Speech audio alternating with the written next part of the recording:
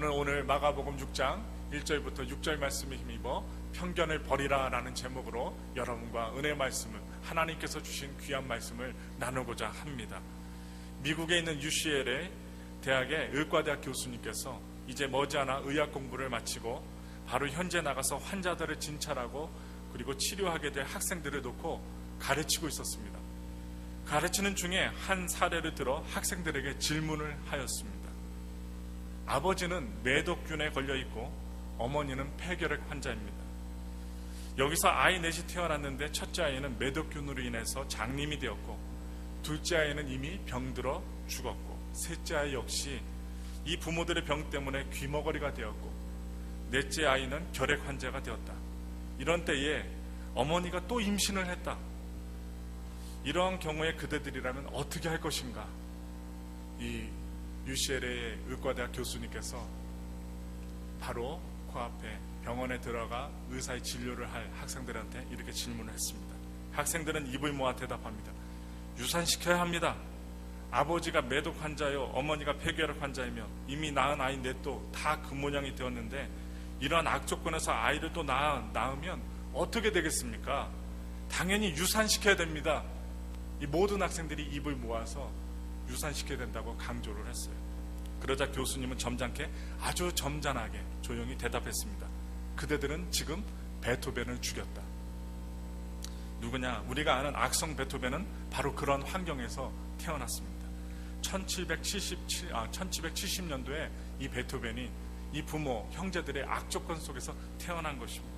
아버지는 매독 환자요, 어머니는 폐결핵 환자요, 형제들도 다 병들어 그 모양이지만은 그 가운데서 태어나 57년 동안 작곡 활동을 했습니다. 물론 그도 나중에는 귀머거리가 되었습니다만은 그런 가운데서도 많은 불후의 명곡을 작곡하게 됩니다. 무릇 우리 인간의 판단과 사고가 얼마나 어리석고 잘못되기 쉬운가를 알려주는 이야기입니다. 그래서 그 교수님은 마지막으로 이렇게 이야기합니다. 그대들은 환자들을 대할 때에 이 사실을 잊지 말라. 의학적 지식이 좀 있다고 해서 이렇게 저렇게 치료하고 수술하고 없애고 할 것이 아닌 것이다.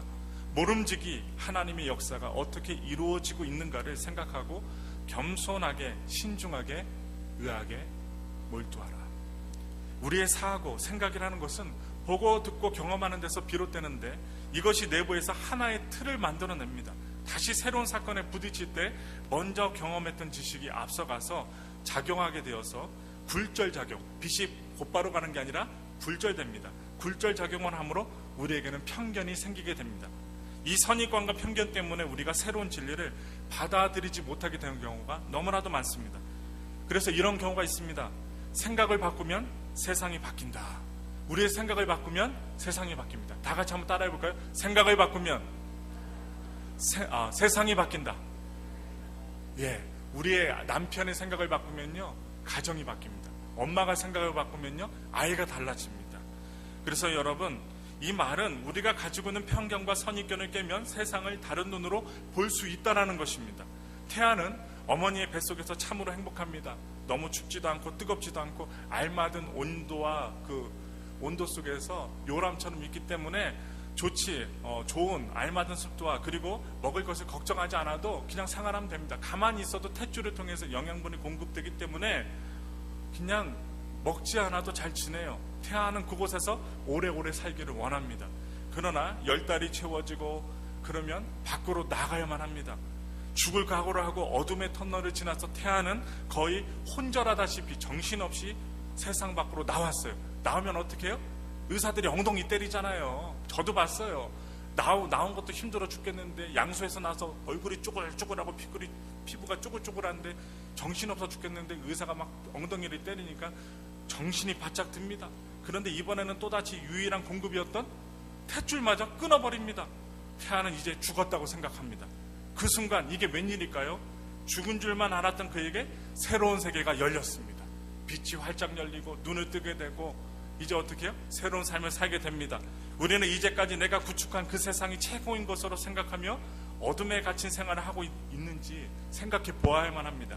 나의 교만과 편견과 아집, 내 속에서 갇혀서 내가 진정 의를 위하여 나를 깨치고 죽을 때 영원한 세상에 다시 태어나는 것을 아셔야만 돼요. 그래서 현재 눈에 보이는 것만으로 판단하고 마음을 허용하거나 결정하면 편견이 생기고 결국 어리석은 짓을 하게 됩니다. 목사도 마찬가지고 여러분 성도님도 마찬가지예요. 그래서 우리가 주님 앞에 나올 때는 우리들의 목적, 자신의 목적, 삶의 가치관, 삶의 스타일, 그리고 삶의 모든 방법을 높이 평가하거나 절대적이라고 생각해서는 안 됩니다. 마음이 부한 사람은 결코 천국을 발견할 수 없습니다. 왜냐하면 무엇을 받으려면 그릇이 준비되어 있어야 하는데 이 그릇 속에 이미 다른 것이 가득 담겨 있으면 받을 수가 없다는 말입니다. 먼저 그릇이 비어 있어야 받을 수 있어요. 이처럼 마음속에 자기 주장, 철학, 그리고 자기 의로 가득한 사람은 새로운 진리를 받을 수 없다는 것입니다. 그래서 우리가 팔복을 배웠잖아요. 팔복 중에 첫째가 뭐예요? 심령이 가난한 자는 복이 있나니 천국이 저희 것이며, 마태복음 5장 3절에 말해요. 그래서 우리 마음을 비우고 가난한 마음을 갖고 있으면 어떤 사람의 마음도 들을 수 있고, 그 어떤 사람들이 말을 한다 할지라도 그 사람의 마음을 경청할 수 있습니다. 그래서 인생을 즐겁게 살아야 한다고 생각하는 어느 젊은이가 있었어요. 그의 가정에는 부유했습니다. 그리고 먹는 것이 많았어요. 젊은이는 과분한 차를 몰고 다녔습니다. 술도 마셨습니다. 현란한 불빛 밑에서 춤도 췄습니다. 기분 내키는 대로 살았어요. 등산도 가고 낚시도 가고 바닷가로 여행도 다녔습니다. 용돈도 많이 썼고 낭비와 사치가 매우 심했습니다. 그러다가 어느 날 어떤 건전한 모임에서 예쁜 아가씨를 만나게 되었는데, 여기 계신 우리 아가씨, 우리 권사님, 집사님들, 성도님들처럼 예쁜 아가씨를 만나게 되었는데, 그 아가씨는 착실한 기독교인이었습니다. 이 청년이 그 아가씨와 사귀기 위해 할 수 없이 교회당에 나가서 앉아서 있기는 했지만 설교가 귀에 들어올 리 없습니다. 계속 좁니다. 한 30분, 20분 내내 막 계속 고개를 떨굽니다. 왜 그렇습니까? 왜 졸고 있습니까? 자기가 지금까지 살아온 생활이 너무도 마음에 들고 좋다고 생각하고 있기 때문입니다. 목사의 설교가 들어오지 않는 이유가 자기 생각이 가득 차 있기 때문이라고. 자기가 살고 있는 삶의 모습이 가장 멋있는 삶이라고 생각하고 있었기 때문에 설교가 들어오지 않습니다. 열심히 교회에 나와 앉아있을지라도 자신의 생각, 자기의 방법, 자기의 주장을 여러분 버리지 않고는 주님의 말씀을 여러분 얻을 수 없고 쫓을 수 없다는 사실입니다. 그래서 전에 맛보지 못한 그 참된 평안과 자유와 기쁨 얻을 수 없어요. 지금까지 내가 가지고 있는 모든 편견을 다 버리고 영접해서 우리의 것을 버려야만 예수님의 말씀을 영접하고 우리가 구원을 얻을 수 있다는 것입니다. 오늘 여기 앉아 계시지만 제가 아무리 설교를 해도 여러분들의 생각, 여러분들의 고집, 아집을 가득 채우고 제 말씀을 들으시면 제 얘기가 들어가지 못합니다. 그러므로 지금까지 내가 가지고 있는 모든 편견을 다 버리고 주님의 말씀을 들을 때 믿음이 생기고 진리를 깨닫게 됩니다. 그래야 예수를 구세주로 믿고 영접해서 구원받고 영생을 얻게 됩니다. 사도 바울은 그리스도 예수를 구세주로 믿고 영접해서 구원받고 영생을 얻었는데 뭐라고 얘기해요? 그리스도 예수를 아는 지식이 가장 고상함을 인하여 이전에 유익하다고 생각했던 것을 다 해로 여기고, 뭐로 여기냐? 배설물처럼 여겼다고 했습니다. 빌립보서 3장 7절부터 8절에 이렇게 얘기한 거예요. 자기 모든 것을 다 버리고 배설물처럼. 우리가 배설물을 어떻게 여겨요? 더럽게 여기잖아요. 버리잖아요. 배설물을 싸갖고 오시는 분이 있습니까? 도시락처럼 싸갖고 가고 한 번 보고 두 번 보는 분이 있습니까? 배설물은 버려야 됩니다. 우리의 잘난 것 다 버리시길 부탁을 드립니다. 그래서 우리는 이제까지 나의 교만과 편견과 아집인 내 속에 갇혀서 이제까지 구축한 세상의 그 지식, 경험만을 최고로 생각하며 어둠에 갇힌 생활을 하고 있는지 아는지 여러분 생각해 보셔야만 합니다. 참된 진리를 깨닫고 영원한 의의 세계로 들어가기 위해서는 사도 바울처럼 과거의 잘못된 편견을 배설물처럼 여길 수 있어야만 합니다. 한 부부가요, 교회에 출석하기 시작했어요. 이 부부는 언제나 손을 꼭 잡고 다녔어요. 성찬 시간조차 손을 꼭 붙잡고 성찬을 했어요. 우리 교회는 우리 장로님과 우리 안수 집사님이 이렇게 그 성찬 기구를 주셔서 앉아서 받아 드시지만, 천주교나 아니면 성공회나 아니면 또 다른 장로교에서는 한 명씩 이렇게 앞에 나와서 한 잔씩 떼고 들어갑니다. 근데 이 교회 이 부부, 손잡는 부부가 다니는 교회는 나와서 성찬을 먹는 교회였어요. 그래서 성찬을 먹으러 나올 때조차 손을 꼭 붙잡고 어떻게 해요? 성찬을 떼었습니다. 성찬을 받기 위해 강단 앞에 나올 때도 손을 꼭 붙잡고 나왔던 그 부부, 그리고 떡을 떼고 포도주를 마실 때도 남편이 떡과 포도주를 부인의 입에 넣어주었어요. 혼자 먹는 게 아니라. 그러니까 그 부인이 입에다 대주면 호짝호짝 먹었어요. 사람들은 이들의 행동을 보며 민망한 마음을 가졌습니다. 그러던 어느 날 이들 부부 중 아내의 아버님이 돌아가시자 목사님이 장례식에 참석해 위로해 주셨습니다. 그 남편은 그간의 사정을 목사님께 다 말씀드렸어요.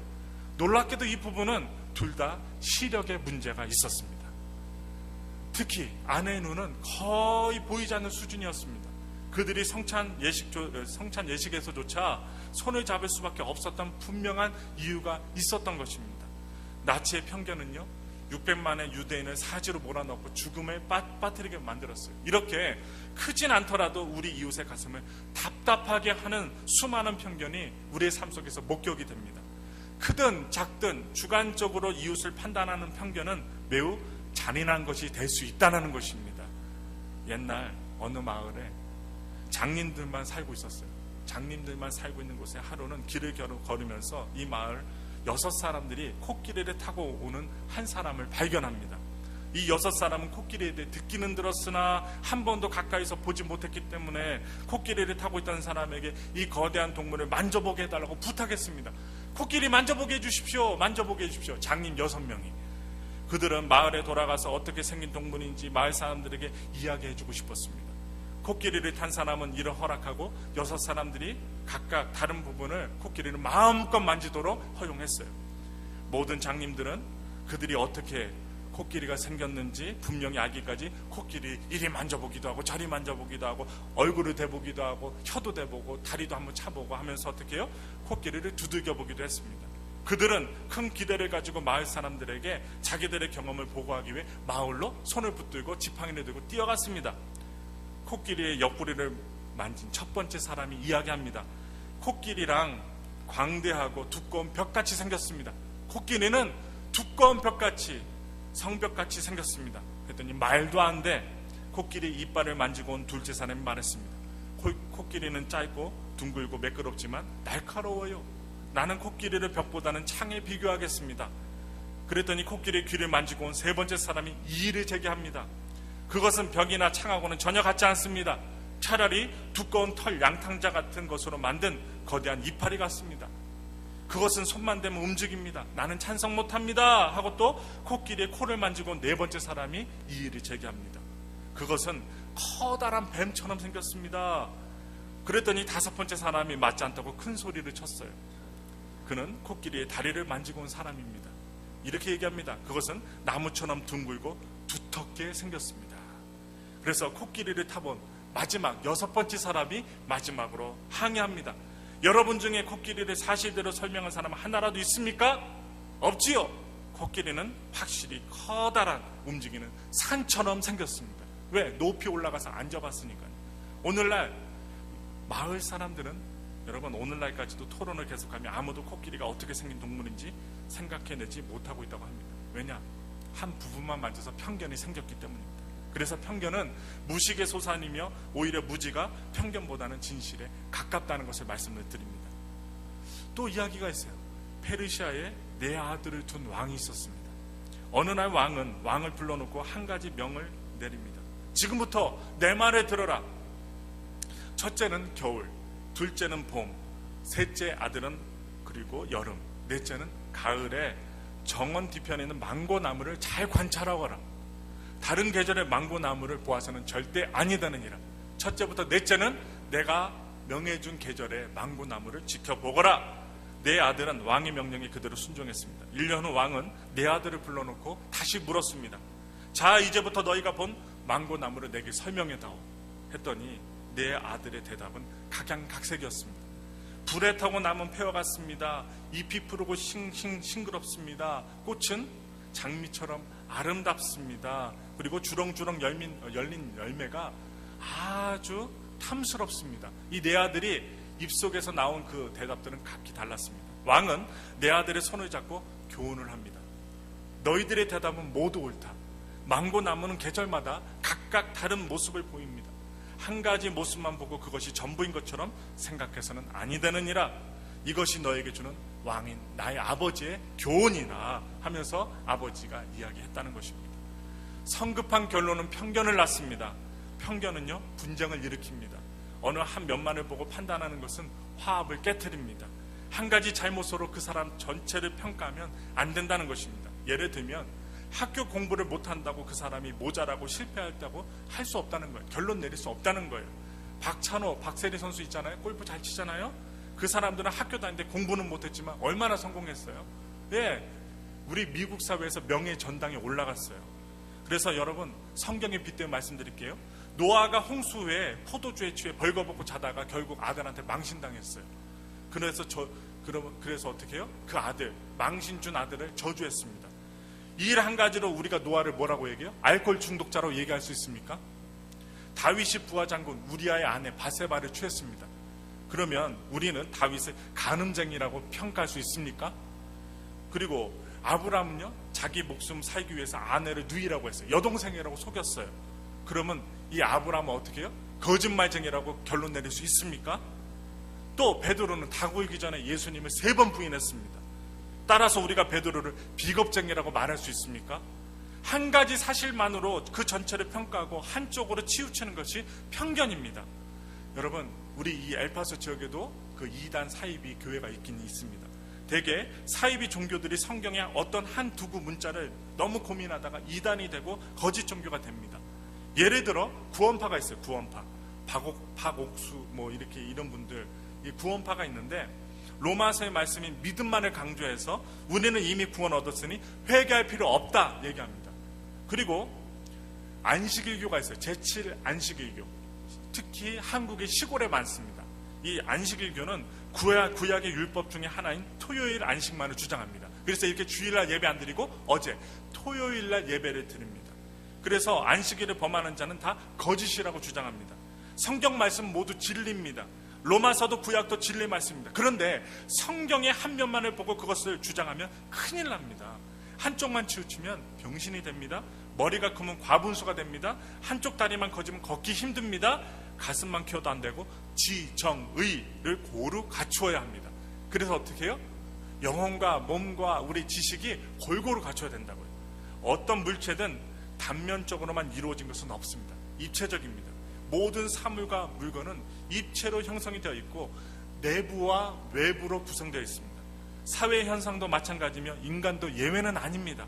그러나 사람은 흔히 앞에 있는 일면밖에 보지 못하는 안목이 있어서 어느 일면만을 보고 전체를 판단한 것을 편견이라고 합니다. 편견 또는 선입관에 사로잡히면 사리불변을 제대로 못합니다.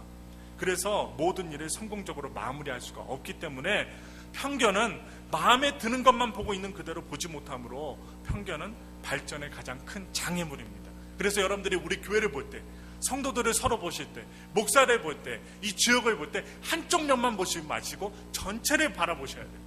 참 신기해요. 어떤 분은요 눈이 아름다워요. 어떤 분은 귀가 아름다워요. 어떤 분은 조화롭게 아름다워요. 특히 한쪽은 부분으로 아름답지 않은데 전체를 보면 아름다워요. 그래서 어떻게 해요? 옆에 분을 보시면 여러분, 당신은 하나님의 가장 작품입니다. 여러분 다 같이 인사하겠습니다. 당신은 하나님의 작품입니다. 인사하겠습니다. 여러분, 하나님의 작품입니다. 예, 어떤 사람이 눈이 못생기고 당신은 마스카라가 없으면 눈썹이 안 보이는데, 아무튼 예를 들어서 이렇게 얘기하면 어떻게 해요? 당신은 작품입니다. 나는 하나님의 작품이 하면서 자존심을 높이십시오. 에스 존슨이라는 사람이 이런 말 했어요. 편견에 사로잡히면 항상 약하게 된다라고 했습니다.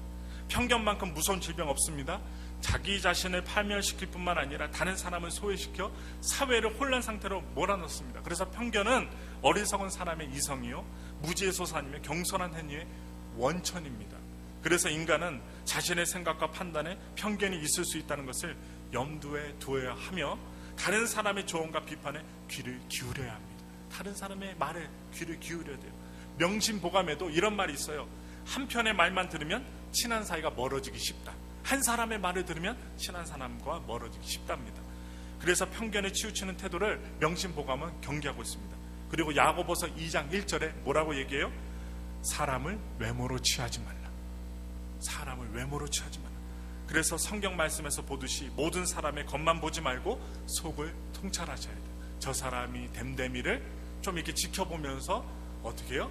지켜보시면서 저 사람이 이런 면이 있으면 이런 면이 있구나. 그리고 특별히 우리 엘파소 순복음교회 모든 성도들은 나쁜 면만 보지 마시고 좋은 면을 보시려고 애쓰시길 부탁을 드리겠습니다. 그래서 눈앞에 있는 상황만 보지 마시고 앞으로 미치는 그 내부적인 것, 우리에게 파장을 미칠 만한 것을 보셔야 돼요. 그래서 세밀한 관찰과 주의 깊은 사료를 통해서만 편견으로부터 벗어날 수 있다는 것입니다. 드로우는 HED, 드로우라는 사람이 이런 말을 했어요. 편견을 버린다는 것은 언제라도 결코 늦지 않다. 편견으로부터 벗어나는 길은 다른 사람의 행동을 인생의 거울로 삼는 것입니다. 다른 사람의 행동을 세심하게 관찰하고 그가 말하는 것을 종합적으로 경청할 수 있는 것입니다. 그래서 모든 것을 객관적으로 또한 어떻게 해요? 공정하게 판단하는 의지가 있어야 되는 것입니다. 내가 저 사람과 조금 나쁘다고 나쁘게 평가해서는 안 된다는 것입니다. 자신의 생각이 편견이라고 판단되면 그 사실을 다시 한번 확인하고 과감하게 시정할 수 있어야 됩니다. 그래서 동일한 편견을 두 번 갖지 말아야 돼요. 실수했으면요, 실수를 인정하고 어떻게 해요?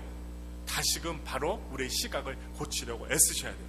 본질을 보고 다양하게 생각하고 종합적으로 판단하는 태도를 길러야만 편견의 늪에서 빠져나올 수 있다는 사실을 말씀을 드리면서, 예수님은요 오늘 사마리아의 사람들의 간청으로부터 이 도시에서 이틀 동안 함께 유하셨어요.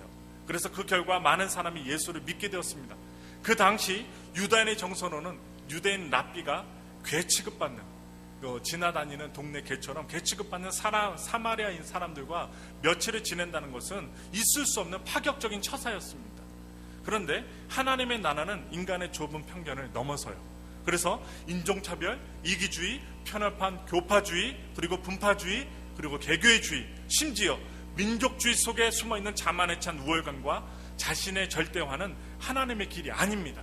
우리 개인이 높아지고 내가 부자라고 나를 따르라, 무조건 따르라, 이건 아니라는 것입니다. 예수님은 당시의 편견에 찬 삶에 도전하셨고 잘못된 인간의 벽을 몸소 깨트려 멸시받는 사람들에게 하나님의 넓은 사랑을 나타내셨습니다. 우리도 예수님에 따라 우리의 배타성을 제거해야 돼요. 지방성이 강한 한국 사람들은요 마음의 폭을 넓혀 서로에 수용하며 살아야 돼요. 우리나라는요 이상해요. 경상도 사람, 전라도 사람, 아니면 경기도 사람, 서울, 아니 다 별명을 붙여놨어요. 경기도나 서울은 뭐라고요? 깍쟁이라고요. 깍쟁이. 서울 깍쟁이들이요. 아주 깍쟁이들이요. 경기도 깍쟁이들이요. 또 전라도 뭐 사람들은 또 어떻고, 경상도 사람들은 뭐 어떻고. 아니 미국처럼 이렇게 땅덩어리 큰 사람도 뭐라고 얘기를 하는데, 우리 한국은 땅덩어리도 좁아 터져 죽겠는데 좁아 터진 데서 전라도, 경상도, 경기도, 서울 다 나라고. 아무튼요 부탁드립니다. 우리 교회 안에서요 경상도건 경기도건 서울이건 여러분 나타내지 마세요. 나는 예수파라고 하시죠. 예수파. 예, 엘파소 파라고 하십시오. 엘파소파. 아셨죠? 그러면요 싸움이 안 일어납니다. 로버트 리 장군은요 독실한 기독교 신자였어요. 남북 전쟁이 끝난 직후에 그는 수도 워싱턴 한 교회를 방문해서 성찬식에 참여하게 되었는데, 그때 그는 한 흑인의 옆에 무릎을 꿇고 앉았습니다. 이것을 본 어떤 사람들이 어떻게 그럴 수 있는지 하고 질문합니다. 그랬더니 이 리 장군이 이렇게 얘기합니다. 십자가 아래서는 모든 땅이 평평한 것이요, 십자가 아래서는 흑인도 백인도 황인종도 똑같이 평평한 것이요 라고 대답했습니다. 편견을 뿌리채 뽑아버리는 것은 골고다 언덕이 십자가로부터 시작됩니다. 기독교인들은 세상에서 가장 편견이 없는 사람들이어야 합니다. 공평 무사한 사람들이 되어야 합니다. 우리가 아직 죄인 되었을 때 우리를 위해 죽으신 그리스도께서 우리는 하나님을 믿게 되었습니다. 그래서 우리는요 우리 자신과 남을 함부로 평가하면 안 됩니다. 그래서 주님은 모든 사람들에게 인종과 사회 계급과 성별과 관계없이 구원을 주셨습니다. 그러므로 편견을 갖는다는 것은 하나님께서 우리 모두를 사랑하는 것을 인정하지 않는 것입니다.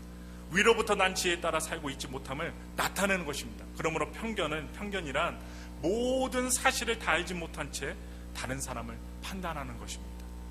우리가 다른 사람들의 편견의 대상이 됐을 때 우리가 얼마나 화가 나요. 우리 알지도 못하면서 함부로 이야기하는 사람 얼마나 화가 납니까? 하나님께서는 모든 사람들을 사랑하사 예수님을 죽기까지 하셨어요. 하나님의 사랑은 따뜻한 햇살처럼 편견의 안개를 거두어 줍니다. 여러분들은요 매일 평평한 바닥에 무릎 꿇고 기도하십니까? 꿇고 기도한다면 남을 함부로 편견으로 대하지 마십시오.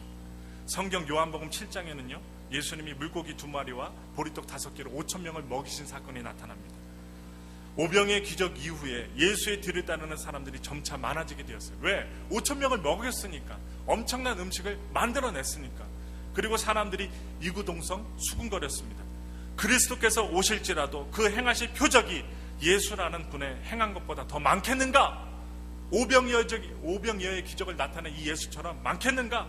그런 수군거림을 듣고 기득권의 위협을 느낀 대제사장들과 바리새인들이 예수를 잡으려고 하인을 보냅니다. 그래서 하인들이 예수님께 가보니까 많은 무리가 예수님의 말씀을 귀담아 듣고 있었습니다. 그 말씀을 듣고 어떤 사람들은 감동을 받아 소리쳤어요. 이분이 참 메시아다. 이분이 참 우리의 구원자다.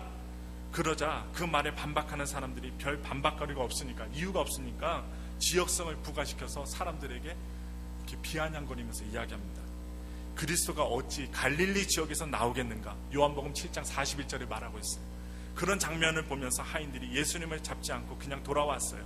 그러자 대제사장들과 바리새인들이 하인들에게 이야기합니다.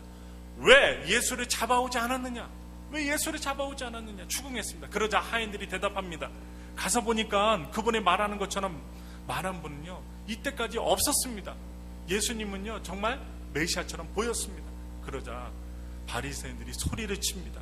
너희들도 미혹됐느냐? 그 사람은 이단이야 하면서 소리를 질렀어요. 그러자 여러분, 그 바리새인들의 말을 듣고 바리새인 중에 한 사람인 니고데모가 이야기합니다. 지혜의 사람, 편견이 없는 사람이었어요. 우리가 무조건 사람을 판단하지 말고 사람의 행한 것과 그 말하는 것을 가지고 냉철하게 판단합시다. 니고데모가 이야기를 합니다. 무조건 사람을 거부하지 말고 그 사람 됨과 언행을 보고 판단하자는 말이 얼마나 옳은 말입니까? 니고데모는요, 옳은 말을 했습니다. 그래서 니고데모의 바른 소에 나머지 바리새인들은 할 말을 잃어버렸어요. 한마디로 독특히 창피하게 된 것입니다. 얼굴에 망신살이 뻗치게 된 것입니다. 한 사람에게 창피를 당했으니 무슨 반박을 해야겠는데 어떻게 반박을 할까? 머릿속에 온갖 생각을 갖습니다. 그래서 굴절된 지역 감정을 이용해 자신들의 주장을 교묘하게 합리화해서 이야기합니다. 그래서 어떻게 해요? 대제사장들과 바리새인들은 요한복음 7장 52절에 다음과 같이 말합니다. 니고데모, 당신도 갈릴리 출신이요? 생각해 보시오. 갈릴리에서는 선지자가 나지 못하오. 당신이 갈릴리 출신이니까 갈릴리 사람인 예수를 변호하는 겁니까? 얘기하는 것입니다. 이것은 마치 이것과 똑같아요. 저기 뉴욕과 시카고나 샌프란시스코에 있는 분들이 당신이 엘파소 사람이요? 엘파소에 무엇이 있어서 훌륭한 사람들이 나온다는 말이요? 엘파소와 같이 군인들 바글바글한 곳에 누가 나온다는 말이요?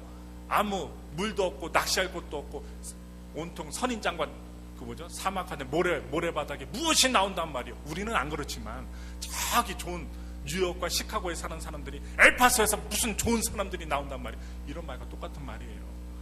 그래서 어떻게 해요? 성경에는 니고데모 어디 출신인지 나오지 않습니다. 그런데 니고데모가 갈릴리 출신이기 때문에 예수님을 변한 것일까요? 아닙니다. 니고데모는 다만 정의와 양심의 소리를 따라 말한 것인데 그 말에 대응할 말이 없으니까 뭐라고 얘기해요? 너도 갈릴리 출신이냐? 너도 엘파소 출신이냐? 하고 편견을 앞세워 질문을 했던 것입니다.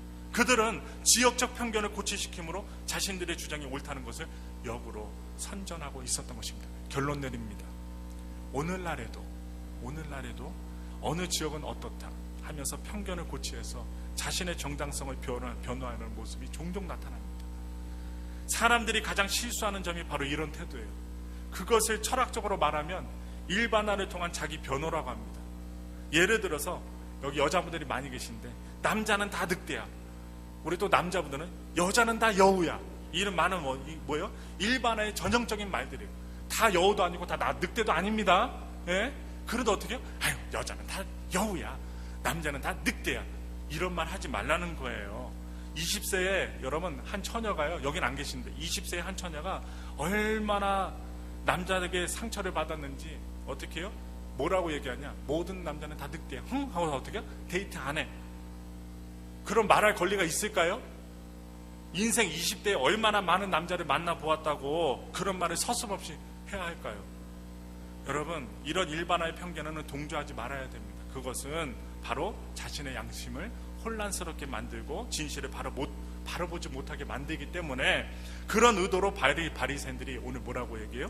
갈릴리에서는 선지자가 나오지 않는다라고 합리화했습니다.